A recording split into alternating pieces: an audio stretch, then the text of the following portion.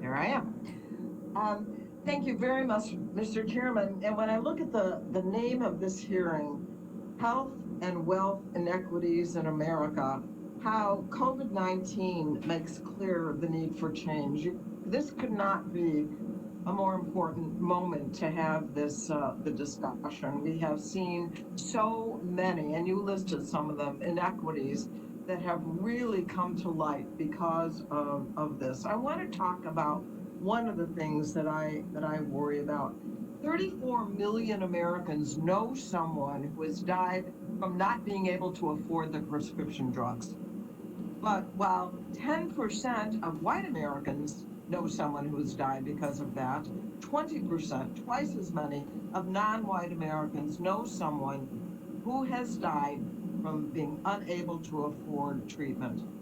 Similarly, people of color are twice as likely as white Americans to consider high drug prices to be among our most pressing issue today.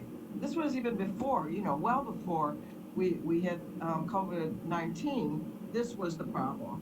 And yesterday, Representative Doggett and Representative DeLauro and DeFazio and Representative Rooney, bipartisan, and I introduced what we call the MAP Act, HR 7296 and HR 7288, which is called the TRACK Act, to prevent price gouging at this time of the COVID-19 virus, and prohibiting monopolies, that no one company can control the remedies or the vaccines, and to ensure transparency on taxpayer-funded COVID-19 drugs. So Dr. Harris and Dr. Jones, I'm wondering if you could discuss why people of color and Black Americans in particular may be severely or even fatally impacted by high drug prices, and if this is something that you see in your practices and your lives. This is, am I unmuted? Can you hear me? Yes. Thank you. This is absolutely a critical issue, and that's why everyone needs to have access to affordable, meaningful health coverage, and that does include the ability to get help to pay for prescription medications. You ask about my own experience, and I have over the course of my career. For those who had insurance, I've spent a great deal of my career working with children in the foster care system, or adults in the substance use disorders who relied on Medicaid or our state mental health system to pay for their services.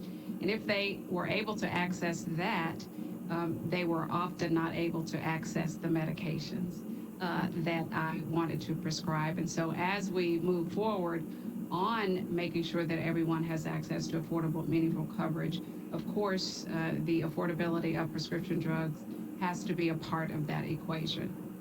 Thank you. So you wrote prescriptions sometimes that weren't filled, probably, right? Yes, that is a significant problem. Dr. Harris, did you want, Dr. Jones, did you want to respond? Yeah, well, I would just add briefly that, another dynamic is that Black people in the United States and other people of color are less likely to have health insurance coverage. And so that's definitely going to introduce an additional barrier.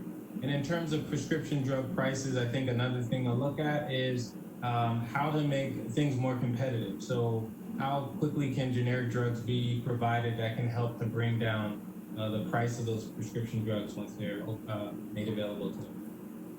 Thank you. We're working on legislation.